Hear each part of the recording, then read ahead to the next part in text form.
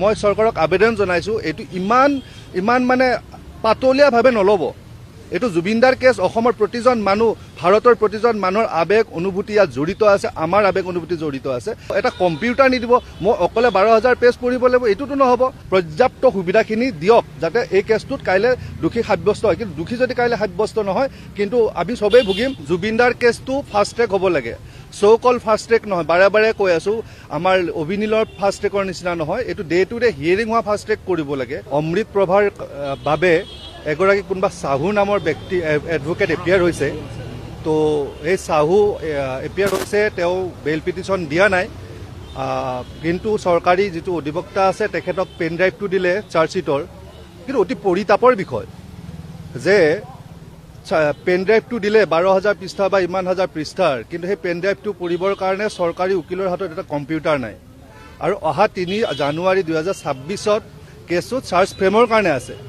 আপুনি এটা কথা কওক, এজন মাত্ৰ চৰকাৰী অধিবক্তাই 12,000 পেজ পঢ়ি এটা চাৰ্জ ফ্ৰেমিঙত তেওঁ শুনানি গ্ৰহণ কৰিব, এইটোতো হ'ব নোৱাৰে। যাৰ লগত আনকি এটা লেপটপ নাই, তো তেওঁ হাৰ্ড কপি বিচাৰিছে, হয়তো CID হাৰ্ড কপি দিব।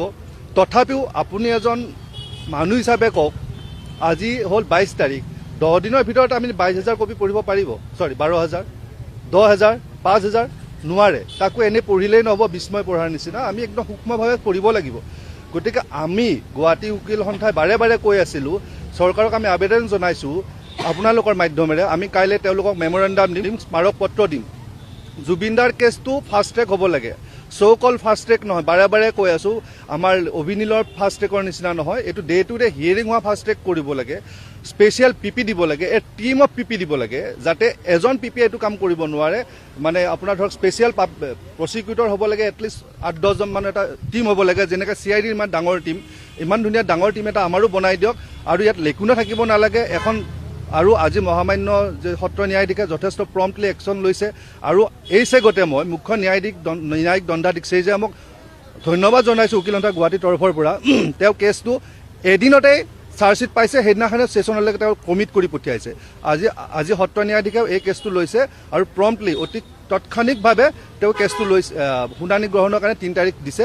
কিন্তু আপোনালোকক মই এটা প্ৰেক্টিকেল কথা ক'ব গৈ আছোঁ। প্ৰেক্টিকেল কথাটো হ'ল এজন মানুহ 12,000 পেজ পঢ়িব কেতিয়াও নোৱাৰে, তাকো এটা ভালকে এটা কম্পিউটাৰটো নাই। গতিকে আপোনালোকৰ মাধ্যমেৰে মই চৰকাৰক আবেদন জনাইছোঁ, এইটো ইমান মানে পাতলীয়াভাৱে নল'ব। এইটো জুবিনদাৰ কেছ অসমৰ প্ৰতিজন মানুহ ভাৰতৰ প্ৰতিজন মানুহৰ আবেগ অনুভূতি ইয়াত জড়িত আছে, আমাৰ আবেগ অনুভূতি জড়িত আছে। গতিকে এই কেছটোত এটলিষ্ট আপোনালোকে মানে যিখিনি দৰকাৰ পৰ্যাপ্ত সুবিধাখিনি দিয়ক যাতে এই কেছটোত কাইলে দোষী সাব্যস্ত হয়। কিন্তু দোষী যদি কাইলে সাব্যস্ত নহয় কিন্তু আমি সবেই ভুগিম। আৰু চৰকাৰে বাৰে বাৰে কৈ আছে এতিয়া কাম আদালতৰ। কাম যদি আদালতৰ হয়, আদালতখনতো আপোনাৰ আদালত তলত নহয়, আদালতৰ কাম কাজবিলাকৰ সুবিধা কৰাটো আপোনাৰ দায়িত্ব। ইনফ্ৰাষ্ট্ৰাকচাৰ লাগিব, ইনফ্ৰাষ্ট্ৰাকচাৰ কোনে দিব? আপুনি মোক কাম এটা দিব, মই আদালত মই কাম কৰিম, মোক কামটো কৰিব, আপুনি পৰ্যাপ্ত বস্তু নিদিব, এটা কম্পিউটাৰ নিদিব, মই অকলে 12,000 পেজ পঢ়িব লাগিব, এইটোতো নহ'ব। গতিকে চৰকাৰক কৈছোঁ যদি সদিচ্ছা আছে, আমি আপোনালোকৰ লগত আমাৰ কোনো দ্বন্দ্ব নাই, বিবাদ নাই।